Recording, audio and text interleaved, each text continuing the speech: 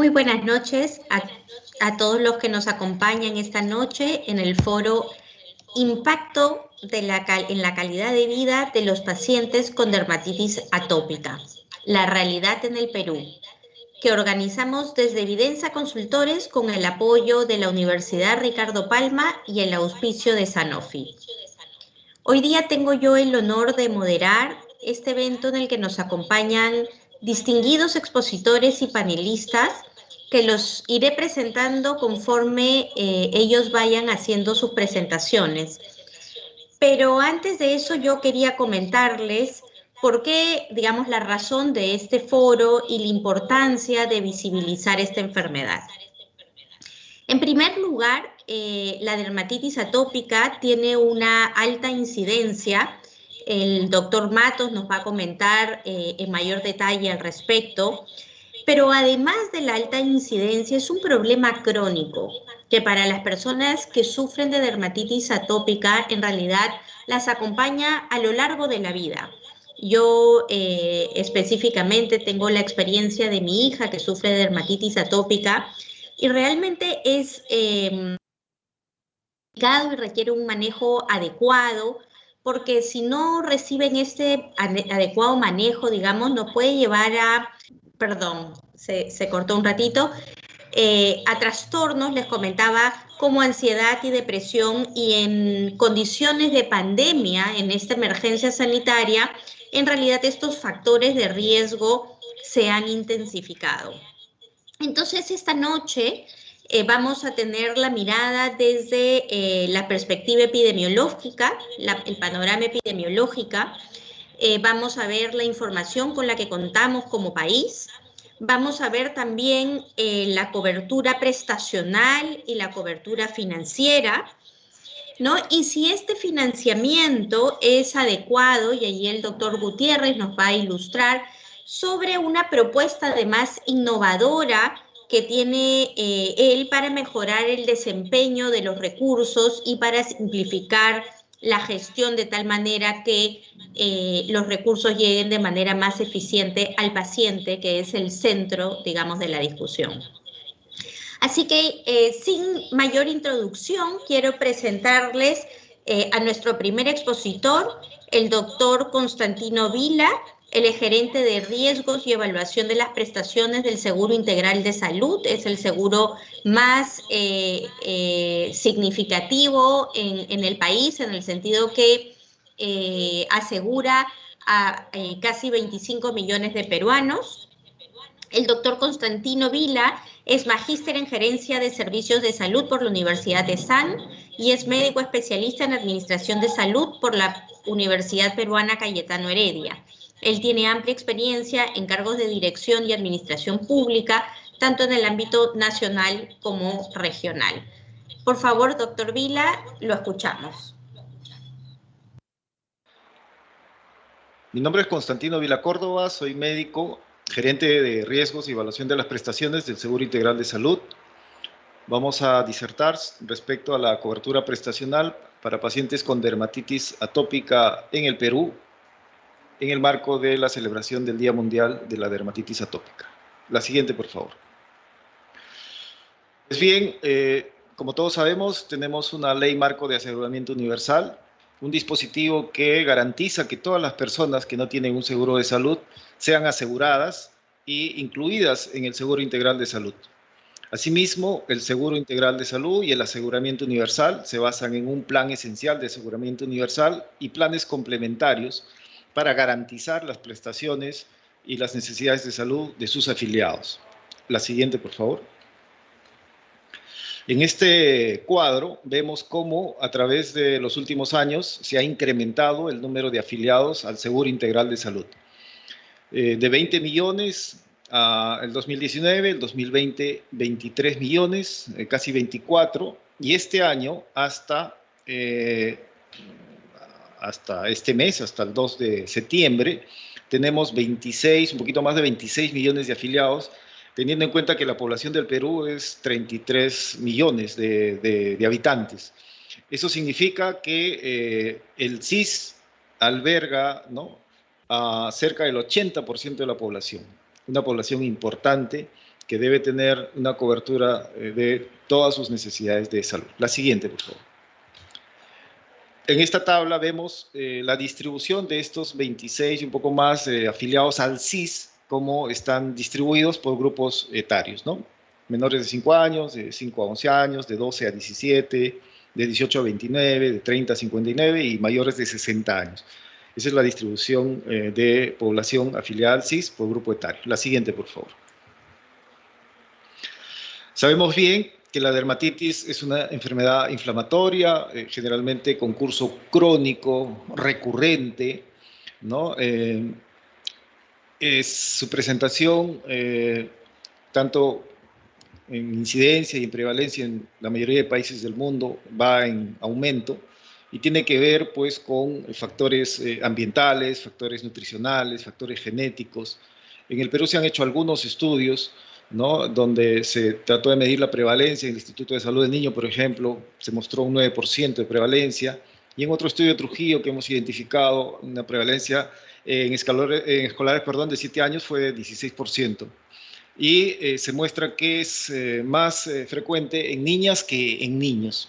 Asimismo, la pandemia ha aportado algunos factores que agravan un poco esta situación, como son el uso de mascarillas, las sustancias que utilizamos como jabones, alcohol, etcétera, para lavarnos las manos, el hecho de estar en aislamiento en las casas, ¿no?, que influye sobre el factor mental, etcétera. Son situaciones que tienen que ver con la ocurrencia y la aparición de esta enfermedad. La siguiente, por favor. Aquí vemos simplemente que efectivamente en los registros de las atenciones del CIS prevalece la atención al sexo femenino por esta patología, aproximadamente un 50% más de casos respecto al sexo masculino, tanto en el 19, 20 y en lo que va desde el 2021. La siguiente, por favor. Como decíamos, todas las formas de dermatitis atópica, de acuerdo a la Clasificación Internacional de Enfermedades, están cubiertas por el Seguro Integral de Salud en lo que respecta a medicamentos, procedimientos y prestaciones complementarias, como puede ser consultas nutricionales, consultas de salud mental.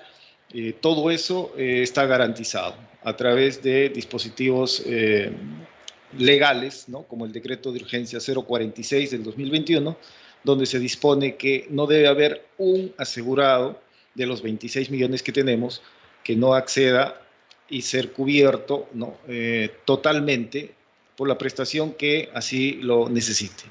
No solamente COVID, sino lo que es no COVID, y dentro de ella la dermatitis atópica.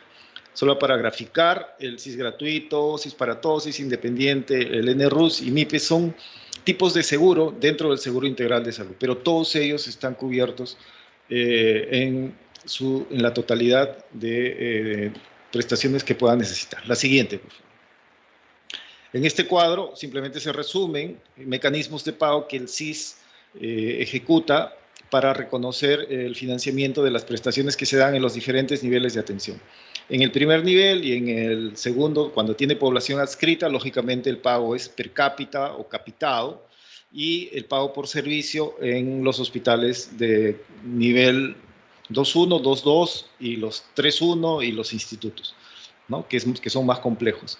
Entonces, el CIS trabaja de esa manera y ese es un cuadro resumen. La siguiente lámina, por favor. Aquí vemos que el 2019 se atendió un poco más de 93,000 personas por este motivo, dermatitis atópica, ¿no? Tanto en el primer nivel, casi 80,000, segundo nivel, 10,000 y tercer nivel, casi 4,000, ¿no? El 2020 el número disminuyó, el 2021 en lo que va del año todavía estamos, digamos, con una medición parcial, pero la proporción de número de atenciones o de atendidos en primer nivel siempre es mayor. La siguiente, por favor. En esta tabla vemos ya por regiones la cantidad de atendidos y de atenciones, ¿no? La distribución es por regiones y vemos pues que hay algunas regiones que muestran mayor número de casos, y si comparamos con la población de afiliados que estas tienen, vamos a ver que algunas regiones como Amazonas, como Cajamarca, como el Callao, Cusco, Ica, ¿no? Tacna, Puno, Pasco, etcétera, que son de sierra, de selva y algunas de la costa, pues tienen un poco más porcentualmente de casos, número de casos, y habrá que ver cuáles son los factores que inciden en ellos, serán ambientales, el clima de repente, o serán nutricionales, u otros que están generando la aparición o la recurrencia de la enfermedad. La siguiente, por favor. En estas tablas vemos la cantidad de atendidos, la cantidad de atenciones respecto a los grupos etarios que habíamos manifestado al inicio. Vemos que efectivamente en los más pequeños, ¿no?, es más frecuente esta enfermedad, y en los diferentes grupos de edad también está presente. La siguiente lámina. Aquí también vemos que de 30 y 59 años tenemos un importante número de casos, y mayores de 60 también, ¿no?, los adultos mayores. Es decir, en todos los grupos etarios está presente, digamos, la enfermedad. Ahí seguramente será motivo de investigación. La siguiente, por favor. Resumimos en esta tabla todos estos cuadros que hemos visto, y claramente podemos ver lo que estábamos manifestando. Mayor cantidad de casos en los menores de 5 años, pero también importante número en los mayores de 30 y también en los mayores de 60. Según los años, no varía este comportamiento. Y bueno, finalmente, la siguiente, por favor.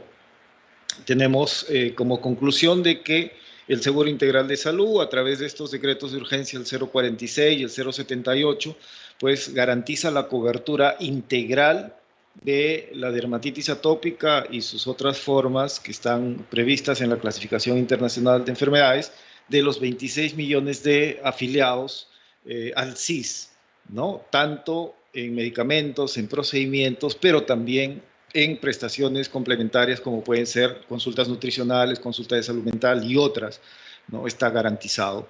Y también una observación que en los cuadros hemos presentado es que el 2021 ya se está recuperando, digamos, el acceso a los servicios de salud y las prestaciones por situaciones que son no COVID. Entonces, la proyección es de que se alcance este 2021 el número de atendidos y de atenciones similares a las que mostramos para el 2019, ¿no?, que es 93.000, 94.000, digamos, atendidos en el año 2019. Muchísimas gracias.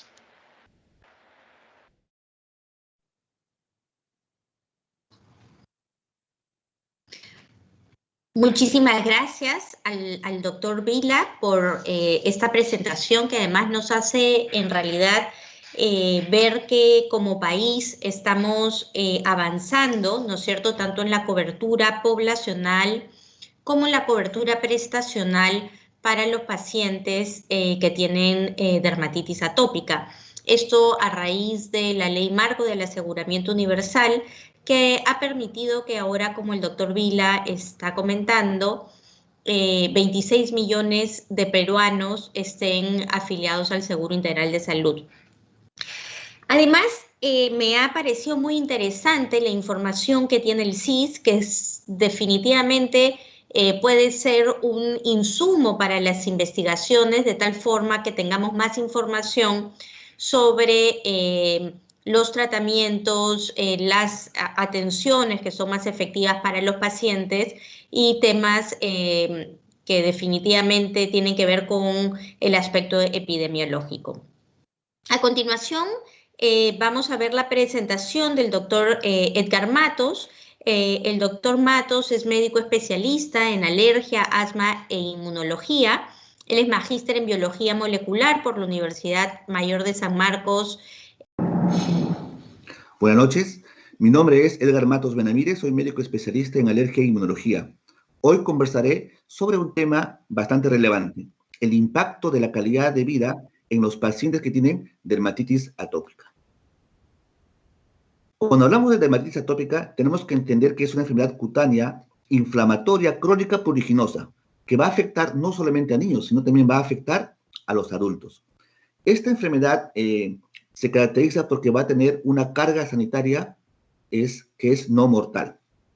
Vemos acá gran cantidad de células y gran cantidad de citoquinas. ¿Qué es lo que trato de explicar con esta diapositiva?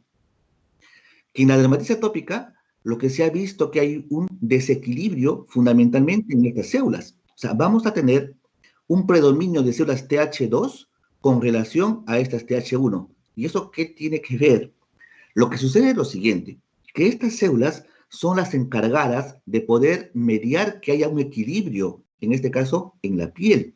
Y cuando hay un desequilibrio, pues vamos a tener a un paciente que va a tener la piel bastante agrietada, la piel con muchos eritemas, y eso va a conllevar probablemente a que estas células formen inmunoglobulina E, ¿no es cierto?, lejos de formar una inmunoglobulina G y M y G posteriormente.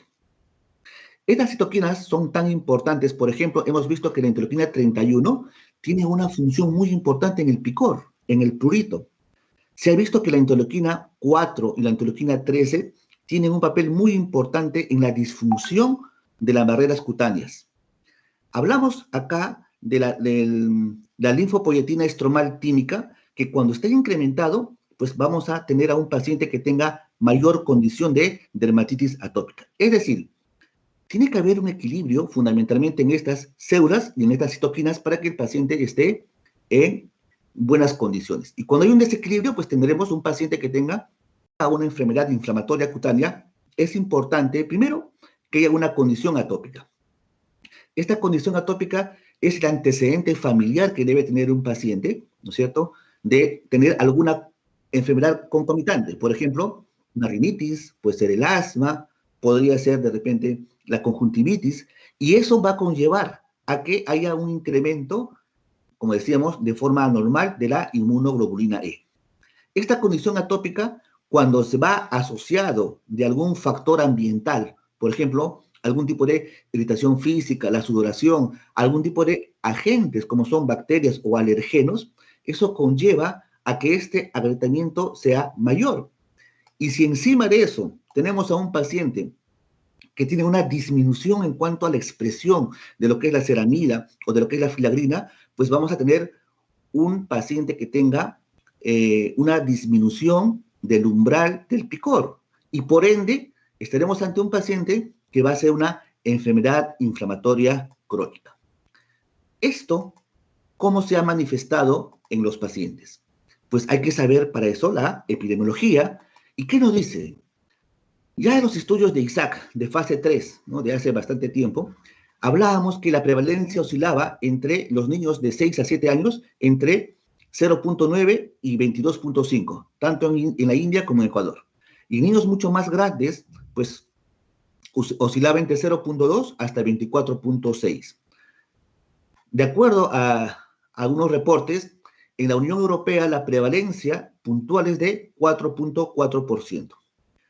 Un estudio, que es una encuesta de salud respiratoria de la Comunidad Europea, refiere que personas norteamericanas y europeos identifican una prevalencia entre 0.3, que va a ser en Suiza, y 6.2, que va a ser en Estonia. En los últimos reportes, en el caso de investigadores como Barbarot, ellos refieren que estos valores en personas grandes de 18 a 64 años podría estar con una prevalencia de 2.1, que es en el Japón, hasta 8.1, que es en Italia. Pero ¿qué pasa en nuestro país? También hay estudios, no son de repente muy nuevos o no son muy grandes, sin embargo, ya nos está dando una forma de poder entender cómo está en nuestro país la epidemiología. En estudios descriptivos ya en Trujillo, se habla que se presentó, de acuerdo a las atenciones, a un 2.2% con dermatitis atópica. Y de este grupo de pacientes, el 71.9 tenía asociado a una condición atópica y el 50.2 tenía ya un antecedente familiar. Otro estudio refería que en los niños, ¿no?, de 7 años, generalmente de acuerdo al cuestionario SIDA, que el 16.7% tenía una prevalencia, ¿no?, de 189 pacientes. ¿Qué se hizo en el Hospital de Niño, que es un centro referencial justamente en ese tipo de entidades? Pues hay algunos reportes, como es el caso del doctor Cáceres y sus colaboradores, que ellos referían que había un 9% de prevalencia, ¿no?, en el hospital en el 88. El CERNAI, que es el centro donde trabajamos, también hizo algún tipo de reportes, no tan grandes probablemente, donde referíamos que los niños entre 5 a 7 años estaban en un 7% de prevalencia y los niños de 13 a 14 años en un 5.2% de prevalencia. Estos datos son importantes, ¿no?, para tomar en cuenta que como entidad, como enfermedad, hay que darle mucho más énfasis. Pero ¿qué es lo que pasa? ¿Cómo el paciente llega a tener la dermatitis? Hemos visto que existen, ¿no es cierto?, cuando tenemos una piel bastante sana, digamos, no lesionada, que tenemos células, como es en este caso las células de Langerhans. Estas células de Langerhans son importantes porque van a permitir captar, en este caso, al antígeno, ¿no?, y lo van a presentar posteriormente aquí al linfocito para que éste pueda determinar y de esta forma se pueda formar de repente anticuerpos o activar la respuesta celular. Pero ¿qué pasa en una piel donde ya hay más lesión? Pues tenemos igual a las células de Langerhans que van a captar en este caso al agente que es el alergeno y eso va a ocasionar una cascada de inflamación, ¿no es cierto? O sea, lo que se va a producir en este caso es ya una tendencia a que haya predisposición a TH2 y por lo tanto va a haber un incremento de interleuquina 31 y por ende el paciente va a tener que dar mucho picor, mucho escozor. Y esto va a conllevar a que haya un agrietamiento, ¿no es cierto?, en la barrera, y esto permita que algún agente externo, por ejemplo, las bacterias que tenemos en la piel, pueda ingresar y puedan colonizar. Y de esta forma, pues, tenemos un paciente que va a ser una dermatitis crónica. Esta dermatitis atópica puede afectar tanto a niños y adultos. Y hemos visto que dependiendo si sea niño o no, tiene algún tipo de predisposición. Por ejemplo, en los niños, la mayor afectación va a ser netamente en lo que es cara y lo que son, depende, miembros extensores. Pero en cambio, en los adultos, vamos a tener una liquenificación crónica seca, ¿no?, generalmente de la espalda, del cuerpo, ¿no?, y volvemos a ver también en lo que es flexuras. ¿Y esto por qué se da? Pues va a haber un incremento, como hablábamos, ¿no? Por ejemplo, en los niños, lo que más incrementa es TH2 sobre TH22. Va a haber un aumento de factor de la barrera, o sea, la barrera va a estar afectada, ¿no es cierto? Y estos van a estar asociados a algún tipo de sensibilización, fundamentalmente a los aeroalergenos. Pero ¿qué pasa en los adultos? En ellos lo que hay es un incremento de TH1 con relación a TH17 y hay una alteración en el defecto de la barrera y ellos generalmente pues no tienen una gran sensibilización a algún tipo de alergenos. ¿Qué pasa? Ya para ir culminando en lo que es la calidad de vida. Pues miren ustedes, los síntomas en las dermatitis atópicas se han visto que de repente los síntomas más preocupantes o el síntoma más preocupante sería el prurito. Hay muchos estudios con relación al prurito y se ha visto que aplicando algún tipo de escalas, ¿no es cierto?, vemos que el prurito, o sea, el grado del prurito de acuerdo a la escala de 5D, vemos que es muy grande, es inaguantable, ¿no?, en 54 personas, ¿no?, de 378. Es grave en 176. Es moderado en 132. Es decir, casi la gran mayoría de los pacientes que tienen dermatitis van a tener una manifestación en cuanto al picor. Y esta frecuencia, ¿no?, de acuerdo a la medida del eczema orientado al paciente, que es el POEM, ¿no es cierto?, es todos los días 326. Casi, por llamarlo así, casi el 88% siempre va a tener picor todos los días. De 5 a 6 días, 23, o sea, el 6%. Esta diapositiva, ¿qué me está mostrando? Que la calidad de vida de una persona que tiene dermatitis con relación al picor no es buena. No es buena porque este paciente va a estar todo el tiempo con las molestias. Esto conlleva a que haya exacerbaciones, ¿no? Por ejemplo, si nosotros estamos viendo en esta diapositiva, ¿no es cierto?, esta dermatitis puede ir de la mano, por ejemplo, con un sangrado, ¿no? Miren ustedes, 51.1% lo presenta de 5 a 7 días en lo que es sangrado. Cuando tenemos un exudado, casi el 34% lo presenta de 5 a 7 días. Cuando vemos que hay agrietamiento en la piel, el 66%. Es decir, estos pacientes pues tienen una calidad de vida muy desmejorada. ¿Qué pasa con relación al sueño? Es otro gran problema. Los estudios refieren, de acuerdo a las escalas, ¿no es cierto?, que con relación a que de vez en cuando tengan o con frecuencia tengan retraso del sueño, el 25.6%. Pero aquellas personas que se despiertan frecuentemente por la noche, el 68.2%. Aquellas personas que tienen dermatitis, ¿no es cierto?, que tienen sueños que no pueden conciliar todas las noches, es el 36.1%. Aquellos que tienen, de repente, de la semana 5 a 7 noches que tienen un sueño perturbador, el 55%. O sea, definitivamente la calidad de vida de estas personas no son buenas. ¿Qué pasa con relación a la alteración de la salud mental? Eso va a repercutir. De acuerdo a algún tipo de estudios, se mide lo que es la ansiedad y lo que es la depresión. Y estamos viendo, miren acá, de acuerdo a la escala hospitalaria de ansiedad y depresión, los valores puntuales. Mayor de 8, 163 personas.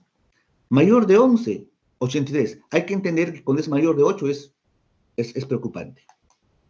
Entonces, estamos viendo que la calidad de vida en estos pacientes es muy desmejorada. Cuando hablamos de actividad cotidiana, esto va a conllevar a que estas personas pues tengan una actividad diaria limitada, una baja autoestima. Se ha visto que las decisiones que ellos puedan tomar en la vida generalmente va a ser un aislamiento. ¿Qué sucede con relación a la productividad laboral?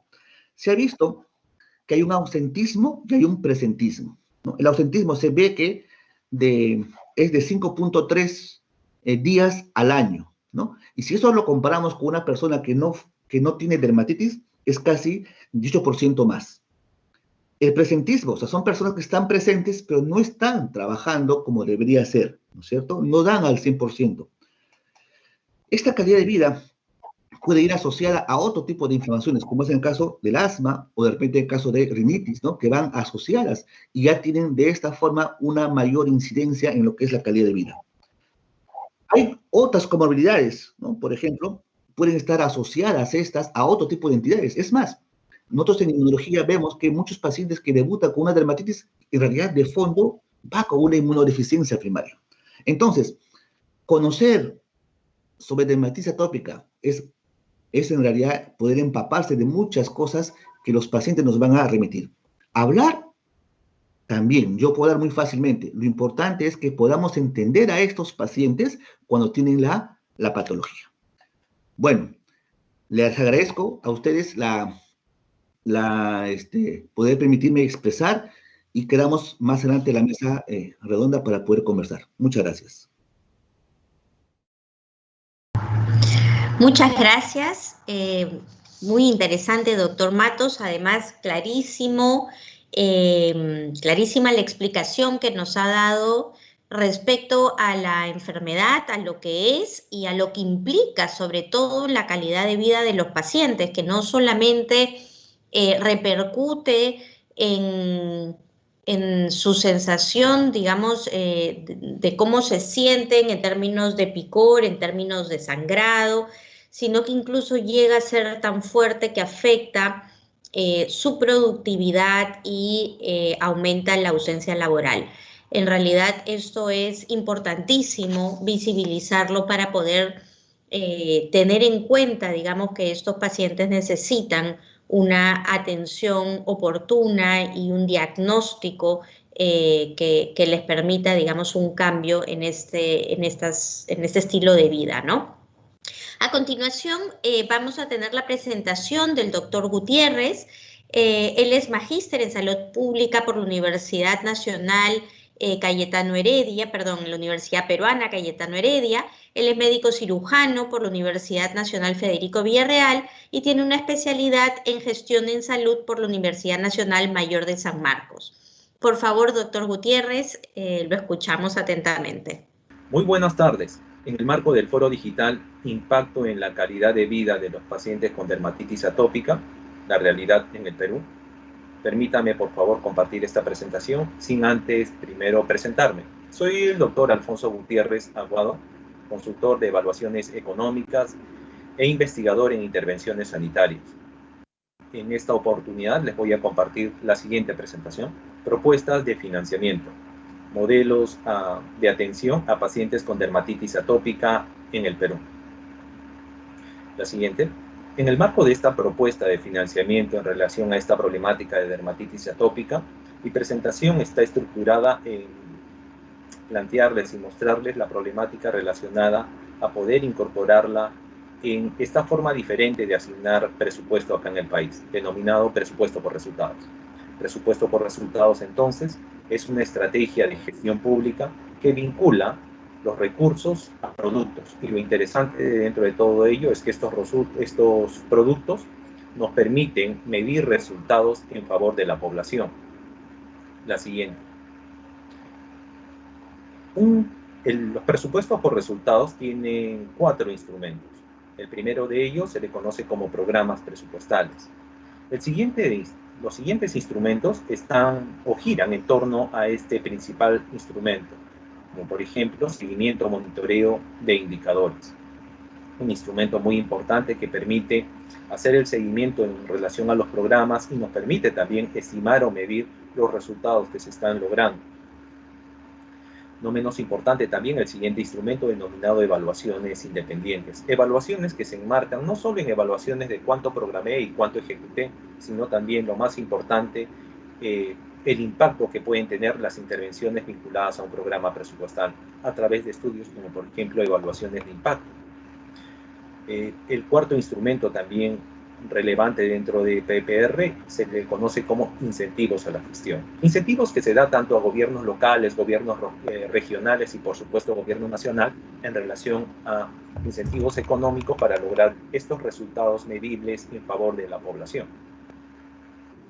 No se olviden entonces estos 4 principales instrumentos vinculados a PPR. El primero de ellos es programas presupuestales y es en ello en lo cual les vamos a conversar a continuación. La siguiente. ¿Cómo se diseña un programa presupuestal? Un programa presupuestal está diseñado primero identificando un problema que tiene que ser un problema álgido que tiene el país, un problema que está vinculado a principales factores que causan una serie de alteraciones en relación al desarrollo acá en el Perú. No solo es identificar el problema, sino también poder identificar sus factores causales.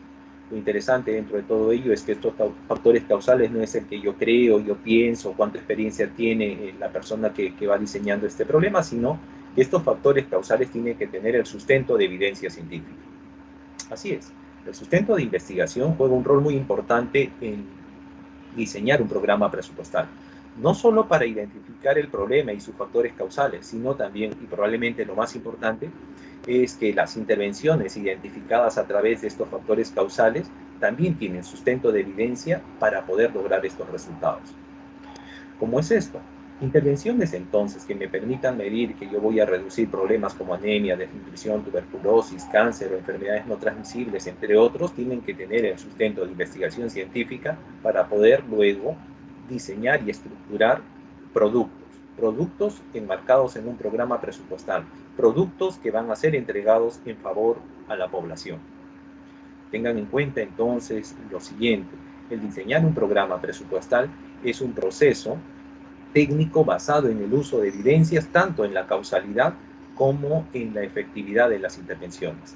Esta definición la podemos encontrar entonces dentro de diversos documentos normativos vinculados al presupuesto público acá en el Perú. La siguiente. Cuando hablamos de diseño de programas basados en evidencia científica, tenemos que tener en cuenta la jerarquía de evidencias. Nivel de evidencia de tipo A, nivel de evidencia de tipo B, C o D. Cada uno de estos niveles de evidencias forman parte de diversos tipos de investigación, como por ejemplo, metaanálisis, revisiones sistemáticas, estudios experimentales para un nivel de evidencia de tipo A. Estudios cuasi experimentales o de cortes para un nivel de evidencia de tipo B, y no menos importante los estudios de caso control o transversales para un nivel de evidencia de tipo C, o estudios cualitativos, que muchas veces también son muy importantes, que nos permiten explorar una serie de problemas dentro de un nivel de evidencia de tipo D. Esto que para nosotros dentro del sector salud es muy conocido, esto se aplica para todos los programas presupuestales que tenemos en el país. Más de alrededor de 89 programas presupuestales tienen esta estructura donde la evidencia científica juega un rol muy importante para tomar decisiones en tema de estos programas. Ojo, no es evidencia una norma o una ley. Y esto es muy importante, porque a veces pensamos de que yo quiero una ley vinculada a un problema, yo quisiera un documento normativo vinculado a un problema. No, para el caso de los programas presupuestales, eso no es un sustento para su diseño. No es un sustento tampoco de pronto informes o opinión de no expertos o de pronto puntos de vista. No es un sustento para diseñar programas. Muy importante entonces es tener la evidencia científica como sustento para diseñar programas presupuestales. La tenemos para el caso en el lado derecho de mi presentación. Es la Revista Peruana de Medicina Experimental, una de las pocas revistas que están indexadas en Scopus. Es un ejemplo donde podemos identificar evidencias vinculadas a los principales problemas que tenemos acá en el país. Problemas sanitarios, llámese por ejemplo vinculados a salud mental, tuberculosis, cáncer, enfermedades no transmisibles, entre otros. Ustedes hacen clic, ahí tienen el enlace y pueden desagregar una serie de investigaciones vinculadas a estos problemas que tenemos acá en el Perú, problemas sanitarios, por supuesto. La idea es poder incorporar esta problemática de dermatitis atópica en relación a desarrollar evidencias va a jugar un rol muy importante para sustentar su respectivo diseño e incorporación dentro de un programa presupuestal. La siguiente. Estamos conversando entonces que diseñar un programa presupuestal nos valemos de evidencia científica, tanto para identificar factores causales como para estimar el impacto de sus intervenciones. De esa manera yo voy a tener productos, y el producto me va a permitir lograr estos resultados. Pero ahí no queda todo. Estos productos están vinculados a actividades. El conjunto de actividades se le denomina procesos. Pero revisen, pueden observar dentro de mi presentación. Cada actividad requiere de insumos. Y cuando hablamos de insumos, estoy hablando de médicos, enfermeras, personal de salud. Luego también estoy hablando de medicamentos, dispositivos médicos, equipamiento, y eso es en el fondo lo que se presupuesta. Entonces, quisiera que todos observen esa cadena de valor o teoría del cambio, como le denominamos dentro de economía. Resultado, producto, actividad e insumo. Siempre pensemos en los resultados que esperamos lograr, en este caso reducir la problemática de dermatitis atópica a través de productos de diagnóstico, de tratamiento, con actividades, pueden ser separadas, vinculadas a diagnóstico, a tratamiento o actividades preventivas. Pero cada actividad requiere sus propios insumos, llámese un dermatólogo, llámese un inmunólogo, llámese medicamentos antiinflamatorios o de pronto medicamentos biológicos, dispositivos médicos que se requieran para su diagnóstico y por supuesto la infraestructura adecuada. Eso es lo que se presupuesta. Si pensamos primero en el lado izquierdo, tener más personal, tener el medicamento, tener el equipamiento, sin tener bien claro qué resultados tenemos, qué intervenciones son las que necesito yo entregar y qué población es afectada, pues poco o nada podemos lograr dentro de poder incorporar o poder mostrar esta problemática en relación a un adecuado financiamiento.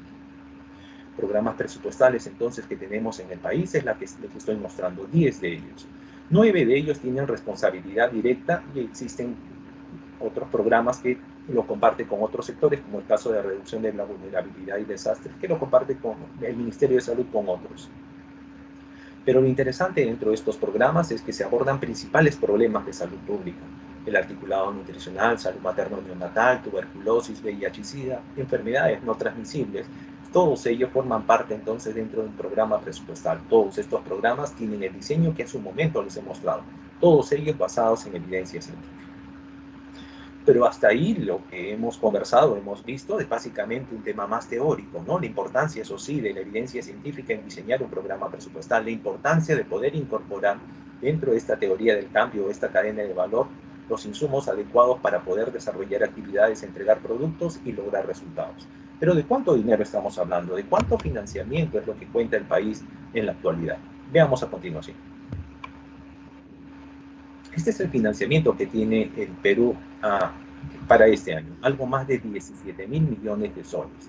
Aquí una precisión, ese monto que ustedes están viendo no está incorporado inversiones. Los proyectos de inversión, como por ejemplo la construcción de un hospital, de un establecimiento sanitario, no forma parte dentro de este monto. Esto, por lo tanto, podría incrementar esta cantidad de 17.000 millones de soles. Estos 17.000 millones de soles están distribuidos en programas presupuestales y fuera de programas presupuestales. En programas presupuestales representa el 42% y fuera de programas presupuestales el 58%. Probablemente me puedan decir muchos de ustedes, pero doctor, ¿por qué no incluimos la dermatitis atópica fuera de programas, no? Por, digamos, una actividad. No, no es así, no es tan sencillo. Es más, de pronto una actividad vinculada a un programa presupuestal no es algo que incentive economía y finanzas para poder incorporar año a año. Es cierto, la decisión de colocarlo dentro de un programa o fuera de un programa es de los responsables, en este caso del sector, pero lo que incentiva economía y finanzas es asignar recursos en el marco de un programa presupuestal, ¿no? Por todo lo que a su momento hemos visto. Tiene un adecuado diseño, está basado en evidencias, tienes cómo monitorearlo, tienes cómo evaluarlo. Es más, se pueden dar incentivos en el marco de un programa presupuestal. Si estamos hablando entonces de la importancia que tiene poder incorporar principales problemas dentro de un programa presupuestal, veamos un par de programas. La primera de ellas es la del programa articulado nutricional. Es el programa que empieza en el año 2008. Miren, tiene más de 10 años iniciado este programa presupuestal, que tiene que ver con reducir la problemática de anemia y desnutrición acá en el Perú, y la asignación de recursos para el año 2017 fue algo más de 2.000 millones de soles. En el 2018, 2.400, en el 2019, 2.600 y en el 2020, 2.300, y para este año algo más de 2.300 también millones de soles. Esto es con un corte hasta el día de ayer. Puede incrementarse hasta fin de año, esto va a depender de las transferencias o asignaciones que se puedan dar hasta el 31 de diciembre. Pero también contrasten con la asignación de recursos para enfermedades no transmisibles, 427 millones para el año 2017, 575 millones para el 2018, en el 2019 879, llega hoy un pico bastante importante, y en el 2020 718 y 2021 725. Es un poco la propuesta, y eso tenemos que trabajarlo con el sector, con ustedes, que también forman parte dentro de la toma de decisiones de poder incorporarlo dentro de esta propuesta de dermatitis atópica, dentro de la propuesta de un programa presupuestal, que en este caso podría ser el de enfermedades no transmisibles. Como les comentaba, esto es parte de una propuesta que queremos trabajarlo con ustedes. La siguiente. Muy bien, lo que le va a interesar a Economía y Finanzas es estimar o cuantificar cuánto sería el impacto presupuestal de incorporar esta problemática de dermatitis atópica dentro del presupuesto, en este caso dentro del presupuesto público. Para ello, lo que he hecho es tomar de referencia este estudio que se desarrolló en Colombia, sobrecarga y necesidades de cobertura en dermatitis atópica en este caso en un contexto de Latinoamérica. Se hizo este estudio a nivel de Colombia. Lo que hemos hecho es adaptar estos datos en relación a acá en Perú. El objetivo de este trabajo fue identificar y evaluar la carga de la enfermedad, así también como las necesidades no cubiertas de dermatitis atópica, desde una perspectiva, ¿no? Con algunas perspectivas epidemiológicas, clínicas y, por supuesto, de economía de la salud en el contexto de Latinoamérica. Se analiza todo un algoritmo actual dentro del tratamiento que se sigue para dermatitis atópica y luego se estima tantos costos directos como costos indirectos. Y me parece muy relevante este segundo punto, porque normalmente estas evaluaciones económicas tienen una mirada más, una perspectiva más del financiador. En cambio, este estudio toma en consideración también la perspectiva de la sociedad. ¿Cuánto puede afectar a la persona el tener dermatitis atópica y el impacto económico que puede tener en relación a tener esta enfermedad? La siguiente. Ya para terminar, entonces, les quiero compartir algunos resultados. Lo que están viendo en este momento es un poco la distribución de las personas que podrían afectarse con dermatitis atópica acá en el Perú. Pueden ver ahí, por ejemplo, la población proyectada por el Instituto Nacional de Estadística e Informática desde el año 2021 hasta el 2025. Estamos tomando en consideración acá una población adolescente y adultos en relación a que esta enfermedad es cierto que empieza desde niño, pero afectarlos en adolescentes y en adultos implica un impacto económico bastante importante. Por eso que nosotros hemos tomado en cuenta esta población. 69% de la población es adulta y adolescente. Si se dan cuenta entonces, teniendo en cuenta este 69%, algo más de 21 millones de personas están en este rango de edad, de los cuales el 12.8% podría tener dermatitis atópica diagnosticada. ¿Y de dónde sale este dato de 12.8%? Del estudio de Maldonado y Gómez del 2018. Este es un dato de los pocos estudios que he hecho sobre prevalencia. Es más, estos datos pueden ser revisados en el trabajo que queremos desarrollar acá en el Perú a través del sector y por supuesto con apoyo de diversas instituciones. De estas personas con diagnóstico de dermatitis atópica pueden tener una dermatitis atópica entre moderada a severa alrededor del 49%. Este 49% representa algo más de 1.400.000 personas afectadas con dermatitis atópica, de los cuales requerirían o iniciarían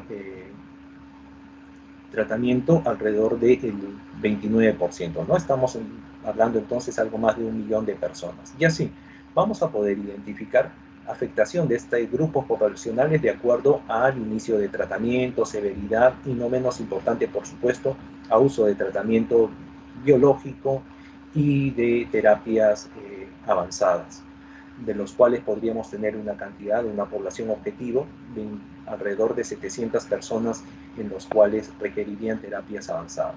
Uno podría hacer estimaciones en relación a la cantidad de personas que han sido afectadas de acuerdo a la severidad, de acuerdo al inicio de tratamiento y, por supuesto, al uso de medicamentos.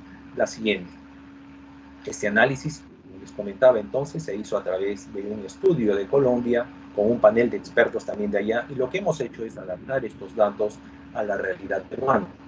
Y esto a través de una metodología que es la de, más una metodología económica, que es la de paridad de poder adquisitivo, que permite equiparar los precios entre Colombia y Perú.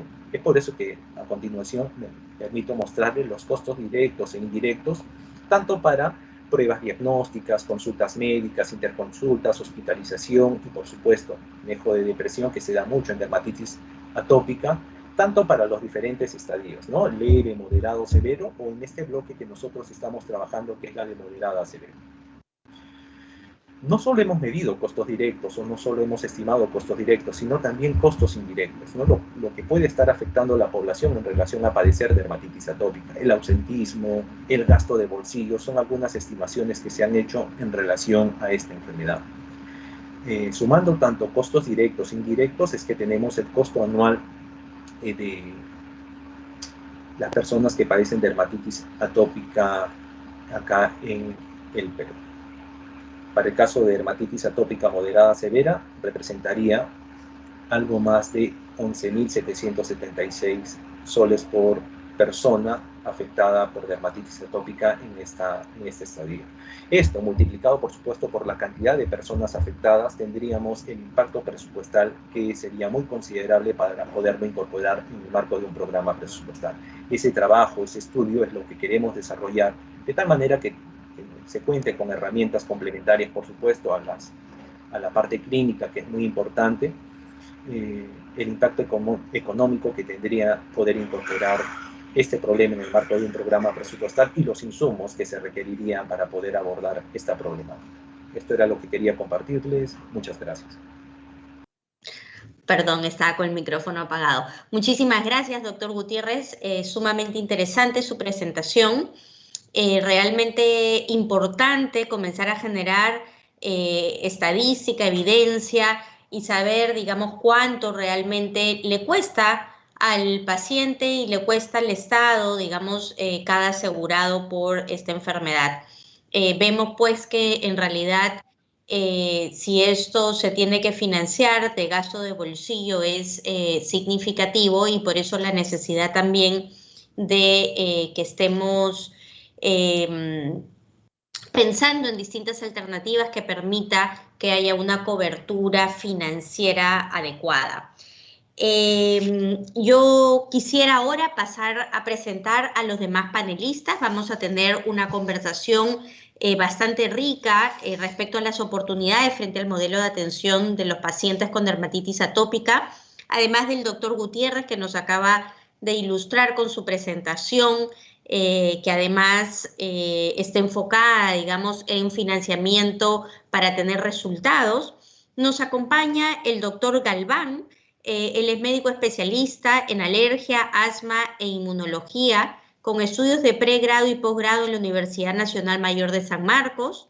Nos acompaña la doctora Liz Ceballos, magíster en medicina en dermatología por la Universidad San Martín de Porres, dermatóloga por la Universidad Nacional Mayor de San Marcos y médico cirujano por la Universidad Ricardo Palma. También nos acompaña el doctor Óscar Ugarte. Él es médico graduado en la Facultad de Medicina de San Fernando de la Universidad Nacional Mayor de San Marcos, magíster en gestión de políticas públicas por la Universidad Autónoma de Barcelona y ha sido 2 veces ministro de Estado. Y finalmente nos acompaña Karina Chávez, quien es comunicadora de la Pontificia Universidad Católica del Perú. Karina es presidenta y fundadora de la Asociación de Psoriasis, Artritis Psoriásica y otras enfermedades estigmatizantes de la piel. Es fundadora de Reiniciando Mentes y es paciente activista en el colectivo Los Pacientes Importan. Así que bienvenidos a todos. Les pido por favor un minuto para poder ir con todos los panelistas, que estemos todos preparados y nos dan el go en un minuto. Perfecto, ya estamos listos.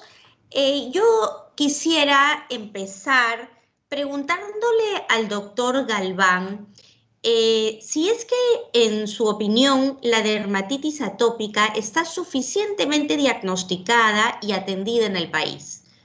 ¿Qué piensa usted, doctor Galván? Muy buenas noches con todos. Gracias a la invitación por este importante evento. La pregunta resulta muy interesante, doctora, porque existen claras deficiencias en nuestro país en cuanto al diagnóstico, cómo abordarlos, cómo manejarlos y cómo tratarlos. Por lo tanto, estos eventos nos permiten aproximarnos hacia una respuesta.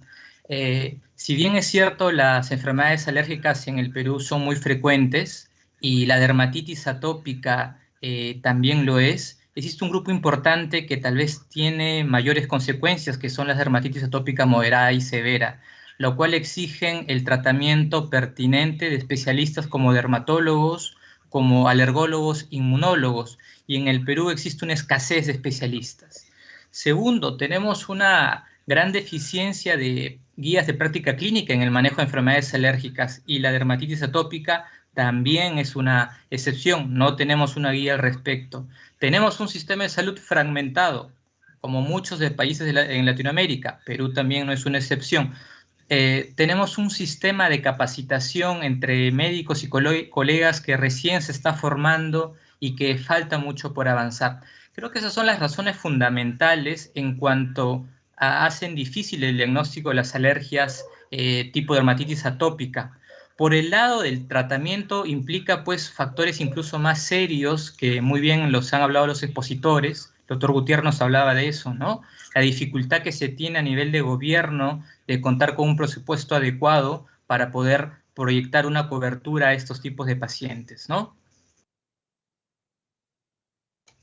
Doctor, entonces, dándole la vuelta a la pregunta, ¿qué cree usted que se necesita para garantizar un tratamiento adecuado? Usted ha mencionado, digamos, la necesidad de especialistas, la necesidad de guías de práctica clínica y de, además, un adecuado financiamiento. ¿Algo adicional que usted considere que se necesitaría para garantizar el diagnóstico y el tratamiento adecuado? Sí, hay otros 2 factores que serían muy pertinentes, que tal vez más bien sea una herramienta que ayude a unificar todo esto, que es la difusión del conocimiento de la enfermedad a todo nivel, incluso en población general. Las redes sociales juegan un rol muy importante también en medicina de estos últimos 10 o 15 años, y campañas agresivas sobre esto resultaría muy importante. Lo otro es que no les he comentado respecto a al rol que puede tener la sociedad civil, los pacientes, la asociación de padres de familia, de los pacientes, porque sabemos que adolescentes y adultos también lo tienen, que juegan, creo, un rol muy importante. Las sociedades científicas, el doctor Matos, que es presidente de la Sociedad Peruana de Alergias, que es muy activo en todas las actividades que se realizan respecto a enfermedades alérgicas, está cumpliendo un rol muy importante, al igual que seguramente los especialistas en dermatología, la sociedad de pediatría, la comunidad científica e investigadores en general tienen que poner, como quien dice, un grano de arena para esto.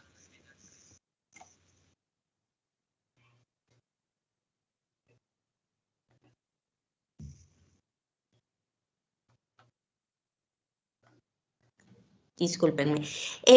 Doctora Ceballos, ¿usted coincide en cuáles considera el doctor Galván que son las principales limitaciones para el correcto diagnóstico y tratamiento de los pacientes con dermatitis atópica? Sí, buenas noches con todos. También gracias por la invitación. Sí, estoy totalmente de acuerdo con el doctor. Agregaría también que es importante una adecuada capacitación, ¿no? Es importante para llegar al diagnóstico, una historia clínica adecuada, un examen físico, tener personal capacitado que identifique estas manifestaciones y con los criterios diagnósticos llega al diagnóstico de la dermatitis atópica. Y es que en realidad no existe un examen auxiliar o un examen de laboratorio que nos pueda decir esto es dermatitis atópica. Por eso la importancia de las campañas, como dice el doctor, de sensibilización, de educación y de tener al personal capacitado que pueda llegar a un diagnóstico adecuado. Y en este sentido, doctora, considerando justamente la naturaleza y las características de la enfermedad, ¿usted considera que se podría tratar a los pacientes que padecen dermatitis atópica desde el primer nivel de atención? Yo creo que sí, si hubiera una capacitación adecuada desde los médicos generales, concientizando acerca de esta enfermedad, de los diagnósticos diferenciales, llegando a un diagnóstico adecuado, yo creo que sí se podría llegar a este manejo desde el primer nivel de atención, sobre todo para la dermatitis atópica leve, que requiere quizás tratamiento con cremas antiinflamatorias, con hidratantes. Quizás cuando se trate ya de una dermatitis atópica moderada y severa, ahí ya se requeriría derivar al paciente a un centro de mayor complejidad. Perfecto, muchas gracias. Y doctor Ugarte, usted ha sido ministro de Estado, ha tenido, digamos, muy de cerca la gestión pública en salud, ¿no? Y además ha sido ministro en el momento en el que se ha aprobado el PEAS, el nuevo PEAS, digamos, el PEAS aprobado en el 2021. Esta condición dermatológica está incluida en el Plan Esencial de Aseguramiento en Salud, ¿no? Lo veíamos, el doctor Gutiérrez nos lo mencionaba. Entonces, ¿por dónde considera que deben de venir las soluciones para un adecuado diagnóstico y tratamiento? Antes que nada, muchas gracias por la invitación a participar en este foro. Muy complacido de escuchar a los colegas con sus orientaciones adecuadas y que demuestran una amplia experiencia sobre el tema de dermatitis atópica, y este tratamiento tiene una doble virtud: el tratar el problema de la dermatitis atópica, pero a través de él tratar otros temas más generales, como es el sistema, por ejemplo, que ha sido mencionado. Yo me quedaba pensando cuando el doctor Constantino Vila nos dice que el CIS ya ha incorporado 26 millones de afiliados, pero el Seguro Social reclama que tiene 25 millones de afiliados, y su salud dice que no se cruzan. No, hay algún problema ahí, ¿no? Porque no hay 50 millones de peruanos, pues, ¿no? Entonces, creo que eso de lo que nos está hablando es el problema del sistema. Entonces, es parte de la fragmentación el que no tengamos, digamos, incluso estadísticas adecuadas. El sistema de información tiene que ser uno, ¿no? Un sistema de información del sector salud integrado, y ese es un reto grande, lo hemos visto con la pandemia. Al principio, el número de casos, el número de fallecidos, el número de camas, el número de camas UCI, todo era aproximaciones que se han ido acercando. Entonces, me parece muy bien que a través de las intervenciones aparezca este tema que es central. Y lo digo más aún porque yo suponía que las nuevas autoridades tenían el tema de la unificación del sistema como un tema central. Pero luego hemos escuchado al nuevo presidente ejecutivo de salud decir que nada que ver, y que están en otra lógica. Pero lo dejo señalado porque es un tema, digamos, que lo vemos a través de la dermatitis atópica, pero que es un tema que atraviesa todo el sistema, ¿no es cierto? El doctor Vila ha afirmado con razón de que el CIS cubre, tanto desde su primera versión del PEAS como la reciente, que dicho sea paso, permite cubrir hasta un 80% de la carga de enfermedad. Y por lo tanto se aproxima a la oferta que la Seguridad Social viene haciendo. Y esa aproximación, así como el financiamiento per cápita, que debería crecer más aún en el lado público, es lo que abre las puertas a la posibilidad de una mejor articulación de estos dos grandes sistemas de atención pública, ¿no? Por el lado del MINSA, gobiernos regionales, y por el lado de salud. Pero con relación al tema específico de la dermatitis atópica, creo que uno de los aspectos más importantes a resaltar es lo señalado tanto por el doctor Matos como por el doctor Galván y también la doctora Ceballos, que es un problema que afecta a la calidad de vida, ¿no? Y en un porcentaje importante, tanto de niños como también de jóvenes, de adolescentes. O sea, en una etapa formativa de la vida, que sin duda estoy absolutamente convencido que en condiciones de pandemia es más severo aún, es más grave, ¿no es cierto? Afecta más, porque ya la situación es de descompensación de todas las personas, incluyendo niños y adolescentes, y problemas de este tipo generan mayores aspectos de crisis, ¿no es así? Y su asociación con otras enfermedades, se ha mencionado asma, otras alergias, no se ha mencionado específicamente en el caso de psoriasis, pero probablemente es un elemento que complica la situación y que amerita efectivamente repensar la atención, tanto el diagnóstico como atención en todos los aspectos, y los factores preventivos son siempre fundamentales.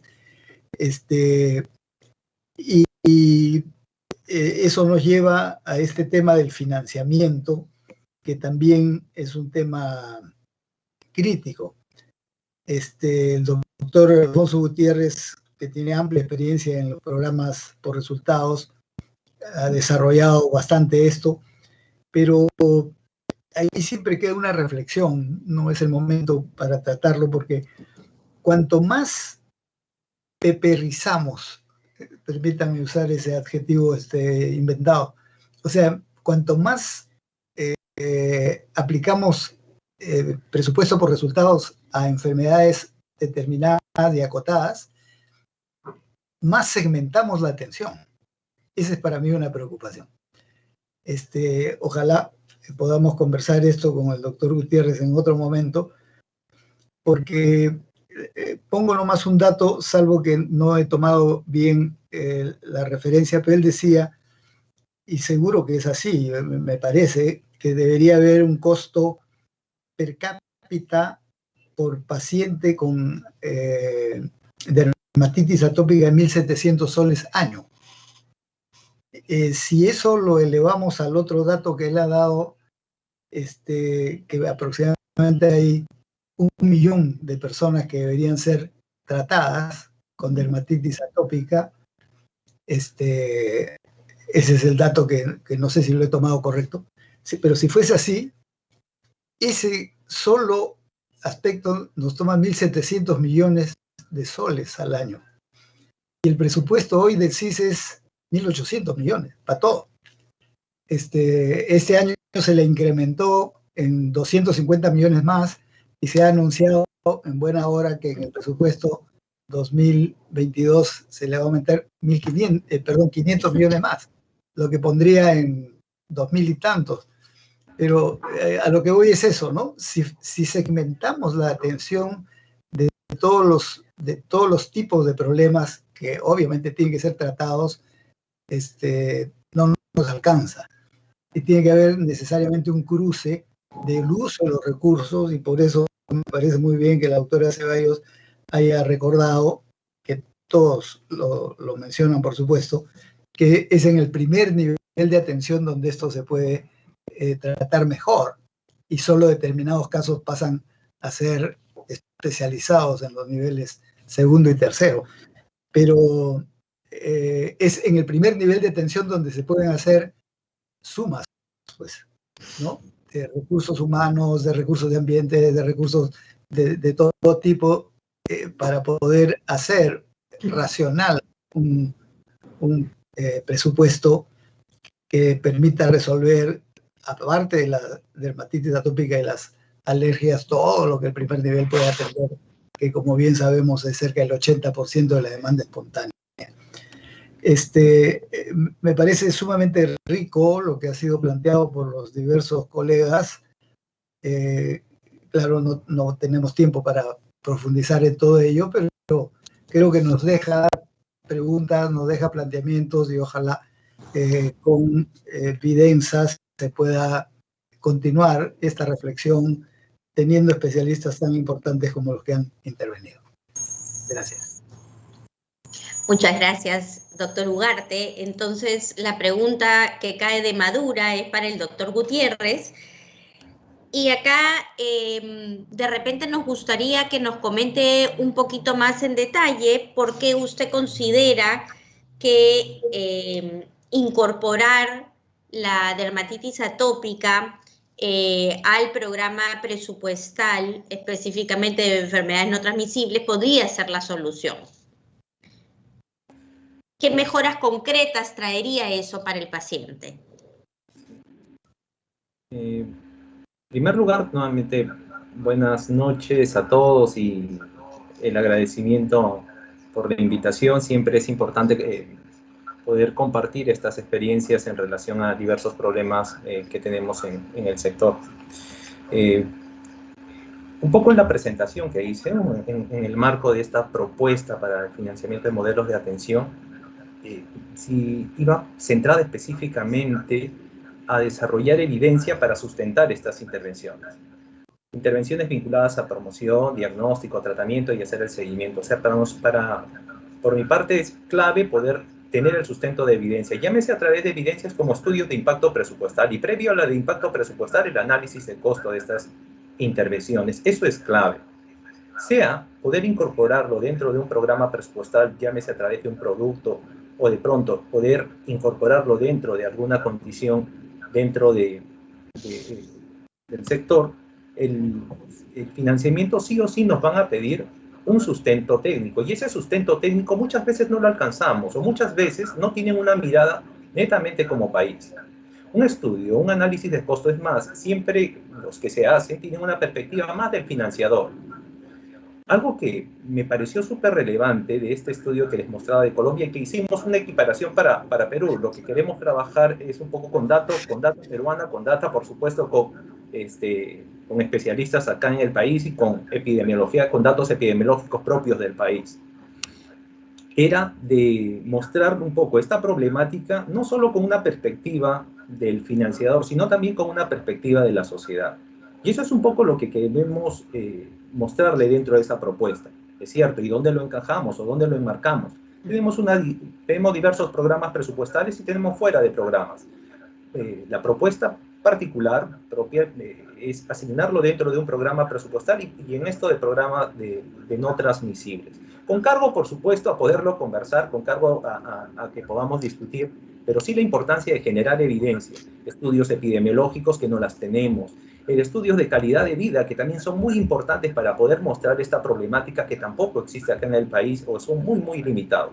Y por supuesto, si yo voy a sentarme, sea con el subsistema de Seguro Social o sea con el mismo con mismo MEF para el caso de presupuesto público, ¿dónde está la evidencia que sustenta? ¿Dónde está el sustento técnico en relación a la problemática que tenemos acá en el país? Esto es necesario, esto es prioritario, y de ahí la necesidad de poder generarlo para poder contar con ese sustento respectivo y abordar esta problemática que tienen los pacientes con dermatitis atópica, ¿no?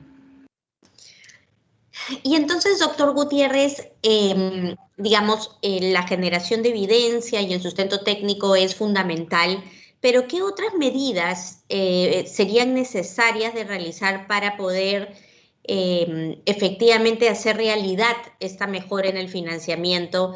¿Y qué simplificaciones, digamos, en la gestión se requieren para que estos recursos lleguen al paciente? Estos espacios que estamos teniendo es importante. Creo que esto no debe quedar nada más así. Un foro que de pronto está demostrando al país. Estamos con mucha gente conectada. Esta es la ventaja de la virtualidad. Probablemente foros, si hubiera sido presencial, hubiéramos tenido 20, 30 personas, pero tenemos gran cantidad de personas en todo el país y tal vez alguna parte del mundo mostrando esta problemática de dermatitis atópica. Este debería ser el inicio como para poder sentarnos estos subsectores, Seguro Social, el mismo MINSA, por supuesto, el mismo MEP, deberíamos formar esta mesa de trabajo y a partir de ahí generar la necesidad de poder atender a los pacientes, que en el fondo en ellos deberíamos centrarnos. Es por eso que espacios como esto deberían generar esta discusión, pero no quedarnos tampoco en conversaciones, sino, amigos, es clave la investigación. Y eso no lo estamos haciendo acá en el país. Lo reiteró el doctor Galván, lo reiteró la doctora Ceballos, lo hizo con mayor énfasis el doctor Ugarte y por supuesto estoy casi seguro que Karina también va a hacer énfasis en ello. Tenemos que generar evidencias para que a partir de ahí conversemos y tengamos el sustento adecuado para poder obtener estos resultados que creo que todos estamos acá sentados, ¿no? Que los pacientes puedan tener y acceder a los servicios de salud de una manera óptima y adecuada. Revelemos esta problemática a través de estudios epidemiológicos, desarrollemos estudios de calidad de vida que son afectados por esta población y costeemos, ¿no? Que muchas veces no lo hacemos con una mirada de la sociedad. Eso era. Gracias. Y Katia, en tu opinión, que estás además muy cerca de los pacientes, ¿cómo has visto que se ha afectado el acceso al tratamiento durante la pandemia de la COVID-19? Buenas noches con todos. Soy Karina. Katia, disculpe. No te preocupes, Yana. Bueno, de hecho, se ha visto muy afectado el tema de, por ejemplo, acceso a tratamientos. Al inicio, sobre todo, que no solo para dermatitis atópica, sino para muchas enfermedades, ¿no? No habían protocolos para atenciones de manera virtual, ¿no? Entonces muchos pacientes no conseguían, por ejemplo, recetas médicas virtuales, ¿no? No podían continuar con sus tratamientos, muchos se han automedicado durante pandemia, ¿no? Y sabemos ya cómo es la afectación de un paciente con dermatitis atópica, ¿no? La picazón crónica, la picazón que no te deja dormir, no te deja hacer tus actividades con normalidad, ¿no? Entonces se han visto muy afectados también con el tema de depresión, con el tema de ansiedad, ¿no? Y es algo que también nos han comentado muchos pacientes. Y también, bueno, principalmente eso, ¿no? El tema psicológico se ha visto muy afectado, y no solamente para las personas que padecen la dermatitis atópica, sino también para las familias, porque muchos de los pacientes son niños y toda la familia, ¿no? Papá, mamá, si es que viven de repente con los abuelos, con los tíos, o sea, de alguna manera también tiene un impacto para ellos, ¿no? Claro que sí, es bastante duro en realidad. Y en ese sentido, doctor Galván, ¿qué propuestas podemos tener para mejorar la calidad de vida de los pacientes, tomando en cuenta también esta nueva normalidad en la que vamos a vivir? Sí, gracias por la pregunta. La situación se torna muy compleja con todas las intervenciones que bajo diversa perspectiva estamos recibiendo en este panel, pero creo que es un momento para tomar decisiones y buscar soluciones, ¿no?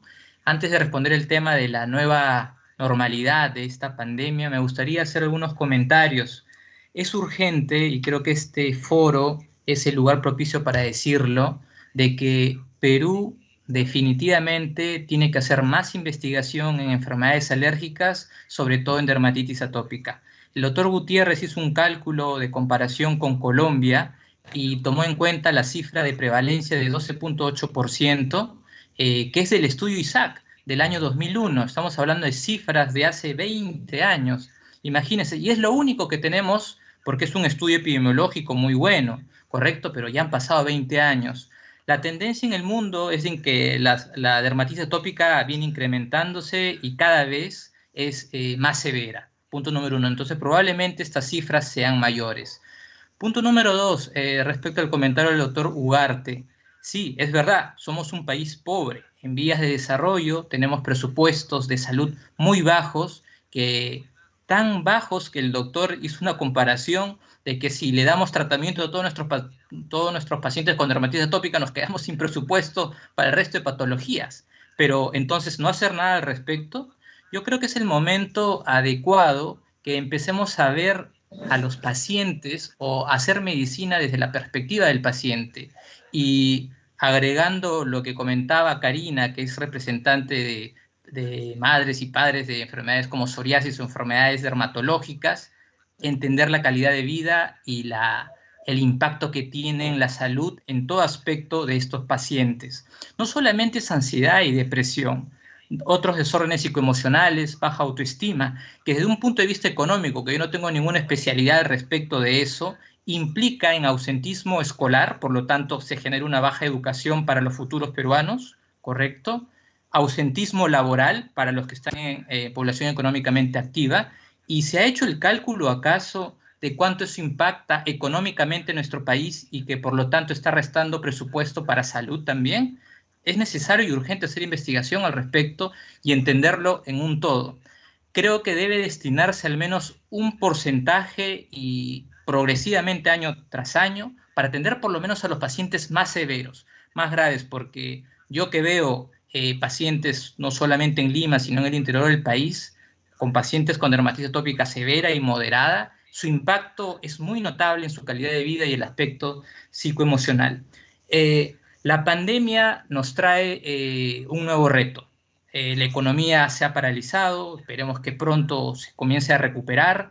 Las enfermedades alérgicas probablemente en algunos reportes vienen incrementándose. Hay que entender de que muchos pacientes, mucha población ha estado en casa por bastante tiempo y ahí tenemos un sensibilizante de enfermedades alérgicas muy potente que son los ácaros de polvo y que tranquilamente en 2 o 3 años se puede ver un incremento de la prevalencia de enfermedades alérgicas por estar expuestos a mayor tiempo en casa, dado que son los ácaros de polvo intradomiciliarios. Entonces, tenemos muchos problemas y creo que es el momento para empezar a dar soluciones y resolverlos, pero bajo una perspectiva del paciente. Es importante tomar en cuenta el tema del financiamiento, lo demás, las políticas económicas, etcétera, pero es el momento de hacer una perspectiva desde el paciente para tener una atención médica más humana. Y en ese sentido, doctora Ceballos, pensando en el paciente, ¿usted considera que las tecnologías que estamos utilizando en el país son las más adecuadas o si nos comparamos, digamos, con otros países, hay alguna tecnología que vale la pena incorporar especialmente pensando, digamos, en aquellos casos más severos que llegan a representar mayores problemas en la calidad de vida de los pacientes? Bueno, yo me centraría primero en la educación para el paciente y para sus familias. De ahí a un diagnóstico adecuado, creo que primero tendría que llegar el especialista. Yo creo que pues hay algunas pruebas que pueden ayudar complementariamente en el caso de algunos pacientes específicos, pero la mayoría de veces es una dermatitis atópica leve. Quizás en el caso de una dermatitis atópica moderada o severa se pueden buscar algunas pruebas adicionales, pero en general yo creo que lo más importante es una historia clínica, un diagnóstico oportuno, entender la calidad de vida que es no solo lo que siente el paciente en cuanto a la parte física de que tiene estas lesiones, el prurito, el dolor, sino también, como mencionan mis colegas, que se trata también de lo que afecta en la calidad del sueño y cómo afecta todo esto a sus actividades de la vida diaria. Perfecto, muchas gracias.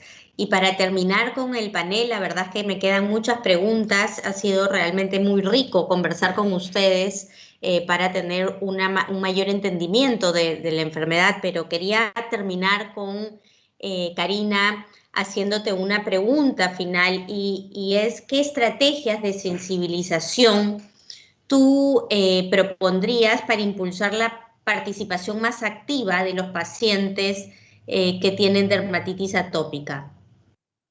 Además veo justamente que estás levantando la mano, entonces por favor complementa con lo que necesites decir. Gracias, Yanis. De hecho, debido ahora a la facilidad que hay en el acceso de la información, ¿no? Información también de calidad, de sociedades médicas, muchos pacientes se han vuelto más activos, ¿no? Se informan previo a la consulta, toman decisiones en conjunto con el especialista, ¿no? Conocen los pros y los contras de sus tratamientos médicos, ¿no? Por información también de los especialistas, y eso hace que de alguna manera también se logre la adherencia al tratamiento, que es muy importante, ¿no? Desde PAPSO Perú, por ejemplo, nosotros brindamos orientación, información, educación, soporte emocional a los pacientes, que tengan todas esas herramientas para que los pacientes tengan un rol más activo con respecto a su enfermedad, ¿no? De hecho, nosotros siempre comentamos que un paciente informado debe conocer su enfermedad para poder tener mejor control sobre ella y tener mejor calidad de vida, ¿no? Tanto para el tema de psoriasis, para el tema de dermatitis atópica. Y no solo se involucra al paciente, sino también a la familia, porque la familia es un gran soporte, ¿no? Algo que quería agregar es que es muy importante también que las decisiones para los pacientes se tomen considerando las necesidades de los pacientes, ¿no? Por ejemplo, en la compra de los tratamientos, de las medicinas que hay para mejorar la calidad de vida de los pacientes con dermatitis atópica, ¿no? Por ejemplo, hay muchas cremas humectantes que son parte del tratamiento de un paciente con dermatitis atópica, sin embargo, no están consideradas en los seguros, ¿no? Ni en el público ni en el privado, porque están consideradas como productos cosméticos. Sin embargo, un paciente que no usa estas cremas humectantes de manera diaria durante toda su vida, pues no tiene alivio con respecto al tema de la picazón, al tema del escozor, de las heridas, ¿no es cierto?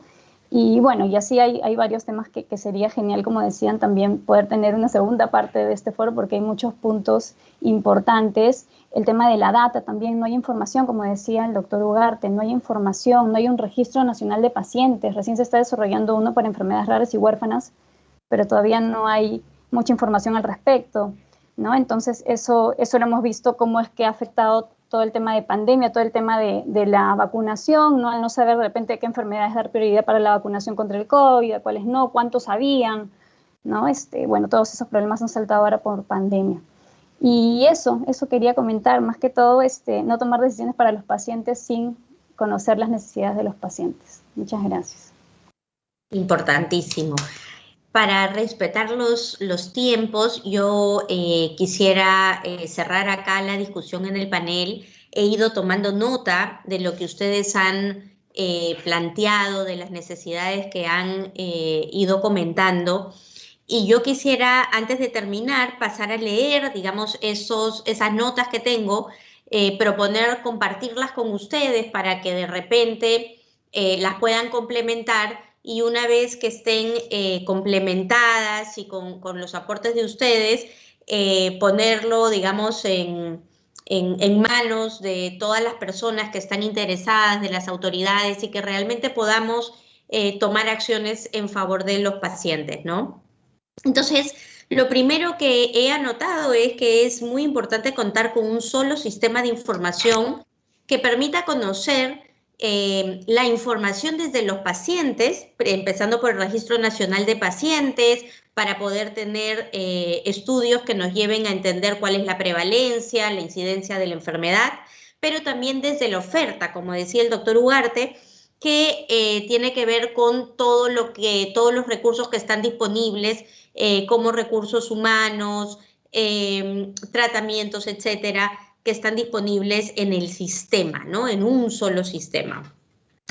El comentario del doctor Galván, que es muy importante la investigación, que tenemos cifras con una antigüedad de más de 20 años, lo cual realmente es alarmante, no es sorprendente, pero es alarmante.